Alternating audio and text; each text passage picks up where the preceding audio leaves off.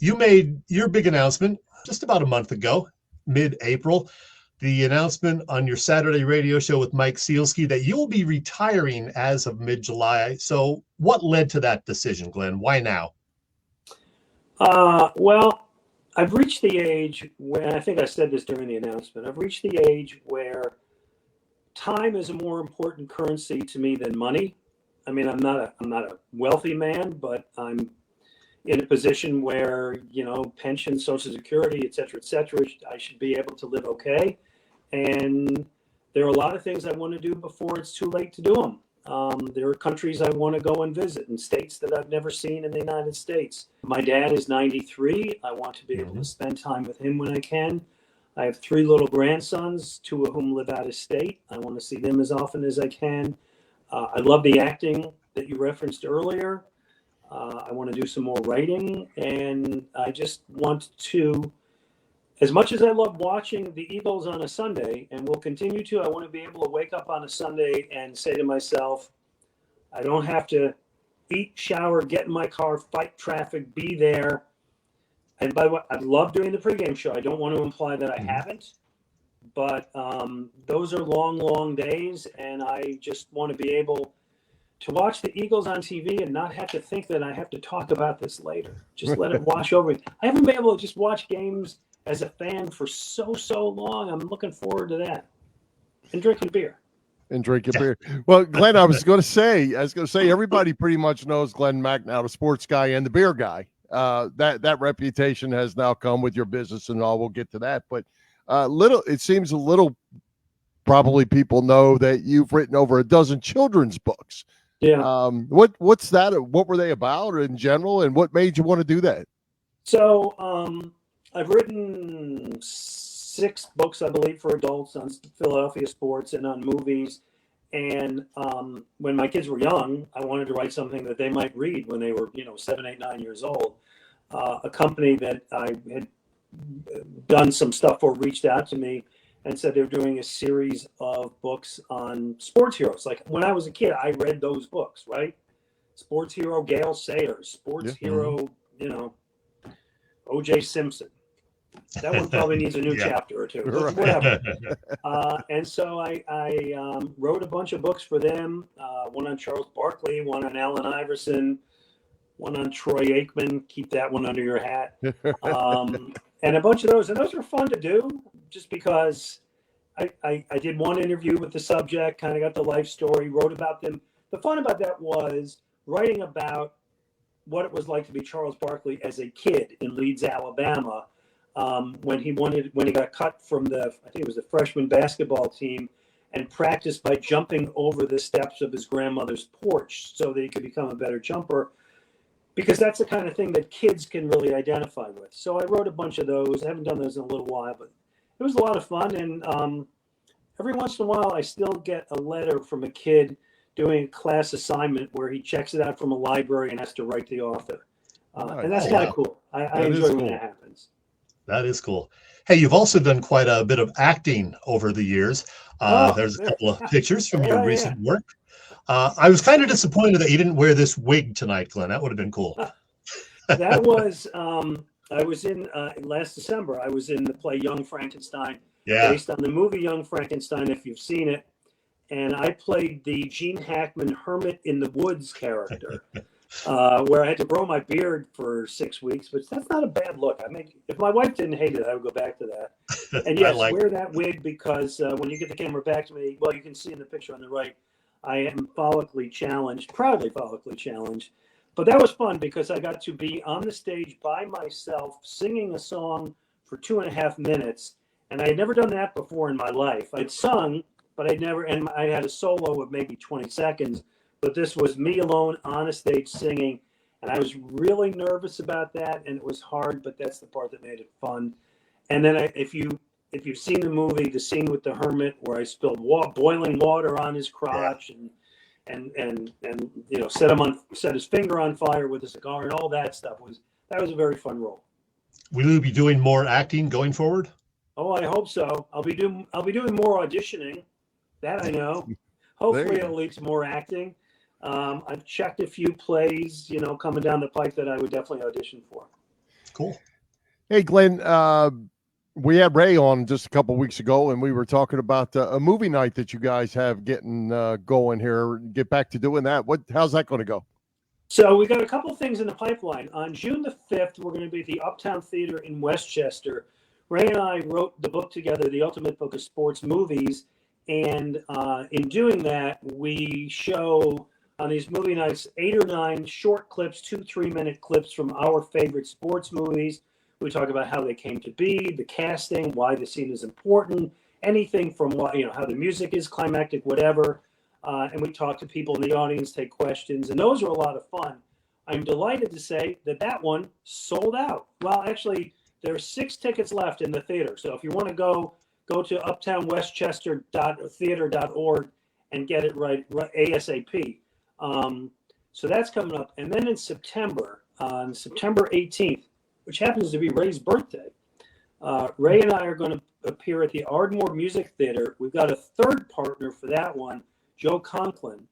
And we're going to we're writing it now. We're going to, for the first time, do the greatest moments in Philadelphia sports history, where we will talk about them.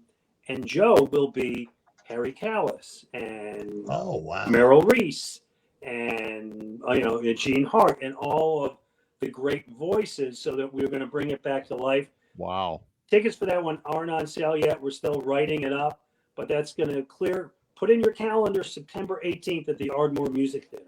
That'll be awesome. Yeah. Count me in for that for sure. Hey, well, as Bill mentioned, we did have Ray Diddy on just a couple of weeks ago, and it was our 10th anniversary, by the way. Congratulations. I've enjoyed being on your show every time. Yeah. And we asked Ray about working with you on the weekends for more than 2 decades and your retirement decision. He spoke for 3 minutes about you. I'm not going to play the whole thing, but here's just a little bit of what Ray Didinger had to say about you. It just worked out. I mean, they put us together and it just kind of clicked. That kind of chemistry in radio or even in TV, you can't fake that. It's either there or it's not. And it was for us pretty much right from the start. And, we had 21 really great years together. But just a few months ago, we were talking about it. And he said, I think I'm going to retire now. So I knew it was coming. But, people have responded the way I would have expected them to respond. Geez, I'm going to miss you, because he was really, really good. How about that? That was really nice. That's my pal. So I'll pay it back to him. And this is what I'll say. And talk about you can't fake the chemistry. Doing the show with Ray for 21 years was never work. It was 2 guys, 2 friends sitting around over a table. I would sometimes say drinking a beer, but in Ray's case, drinking a Diet Coke or a coffee or whatever. And just, can I say bullshitting? It's a podcast, right? I can say yes, that. You can. There you go. Can't say that on WIP. I've never said No. that. Yeah. I'm very proud that in 31 years, I've never done that. At least when I knew the mic was on. But it was always just a couple friends sitting around having fun, and hopefully the audience felt like they were pulled into our fun conversation. That's awesome. And you did a great job at it. Hey, Thank you. we don't want the time to get away without talking beer, right? Sure. You still have plenty going on with your Conshohocken Brewery. What all is happening now? We've got the 4 locations in Bridgeport, Conshohocken, King of Prussia, and Phoenixville, all of which are doing well. We've got our summer beers coming out. This is one that I'm drinking here. This is the watermelon, which is what it sounds to be. It's a wheat ale with watermelon. One of the new things we're doing a lot of events, and one of the new things we're doing is we will bring the event to you. So if you are doing a corporate party or a block party or whatever, we'll bring the tent, we'll bring the beer, we can cater the food, we'll do all those things and bring it right to you. So if you just get in touch with the brewery, all you need to do. Fantastic. And Glenn, you just concluded another season of What's Brewing. Yeah. Man, I want a gig like this where you go to different breweries in the area and you get to sample a bunch of beer and talk about it. What a gig, huh? Tough job. It's here's the astounding part. And my old partner, Don Russell, just back, moved to France on me, retired, moved to France. So Lou Bryson, who's pictured there, kind of took over a lot of that role.